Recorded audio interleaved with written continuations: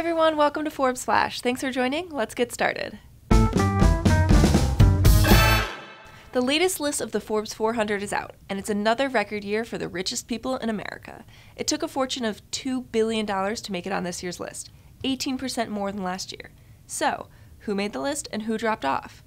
Newcomers include Netflix co-founder Reed Hastings and Arizona Iced Tea co-founder Don Voltaggio. Off the list this year was Under Armour's Kevin Plank, whose fortune fell from $3 billion down to $1.7 billion. Another noteworthy point, Trump's fortune fell by $600 million in the past year, landing the president's net worth at $3.1 billion. For full coverage of America's wealthiest people, check out #Forbes400 on social media. We announced our ranking of Europe's highest-earning celebs this week, led by Harry Potter author J.K. Rowling. She's earned $95 million over the past year, half of which came from her co-written stage play, Harry Potter and the Cursed Child. Next up on the list is Cristiano Ronaldo.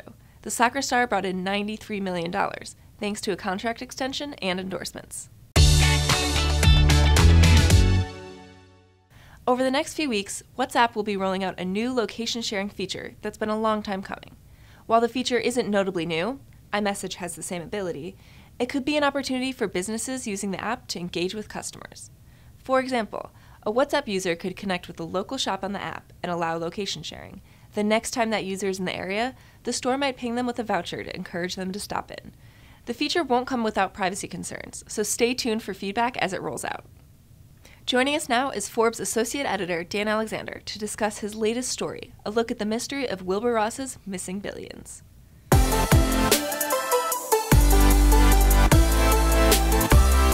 Every year, people coming into the White House have to file a bunch of documents stating how much money they have, what all their assets are, what all their debt is.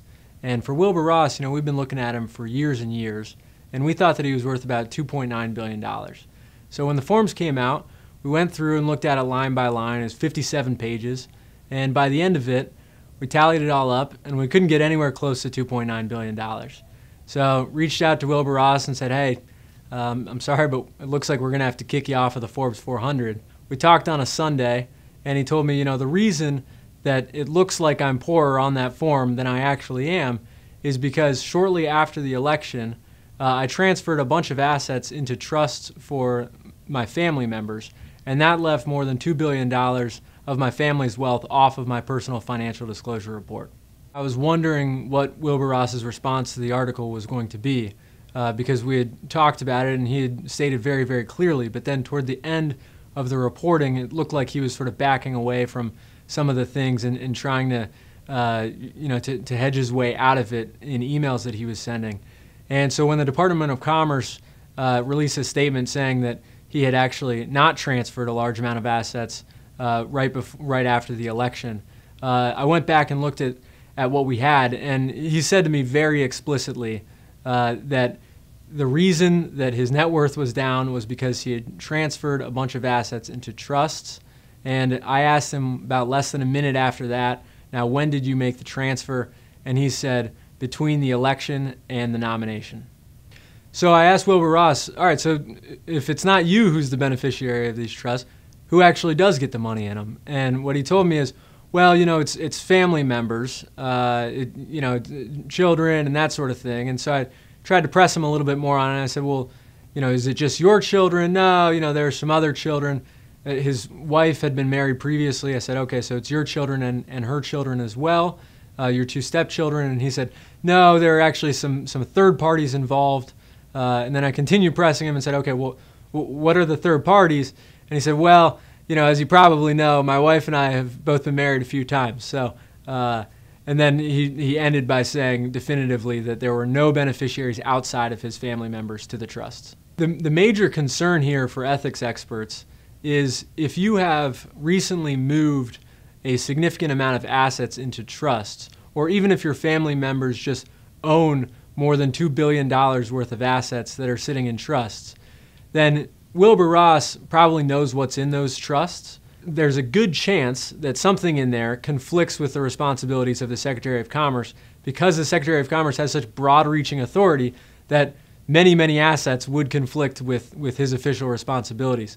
So the concern is, would he do anything, or would it appear that he's doing anything while he's in office, not to benefit the American people, but instead to benefit the beneficiaries of the trust, which are family members of his. So the next steps are basically asking more questions about what's going on here. This story started with a discrepancy.